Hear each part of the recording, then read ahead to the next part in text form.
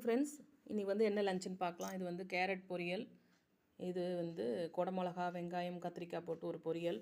இது வந்து போகா, அவல் போகா, ரெட் அவல் இருக்குல்ல, அது வச்சு போகா. நம்ம சேனலில் இருக்குது, நீங்கள் போய் பாருங்கள் வேணும்னா. இது வந்து வெள்ளை ரைஸு, ஒயிட் ரைஸு, பருப்பு சாதம், முள்ளங்கி, சின்ன வெங்காயம்லாம் போட்டு அரைச்சி விட்ட சாம்பார். இந்த குடமிளகா பொரியல் எப்படி செய்கிறதுன்னு பார்க்கலாம். கடாயில் வந்து தேவையான அளவு எண்ணெய் விட்டுக்கோங்க. கடலை எண்ணெயோ ரீஃபண்ட் ஆயிலோ நீங்கள் எண்ணெய் யூஸ் பண்ணுவீங்களோ, சமையல் எண்ணெய், கடுகு, உளுத்தம் பருப்பு தாளிச்சுக்கோங்க. அப்புறம் பொடியாக நறுக்கின வெங்காயத்தை போட்டு வதக்கிட்டு சாம்பார் தூள், மஞ்சள் பொடி போட்டு வதக்குங்க. அதுக்கப்புறம் குடமிளகா உங்களுக்கு எவ்வளோ தேவையோ, நம்ம வந்து ஒரு 3லேருந்து 4 எடுத்திருக்கேன்.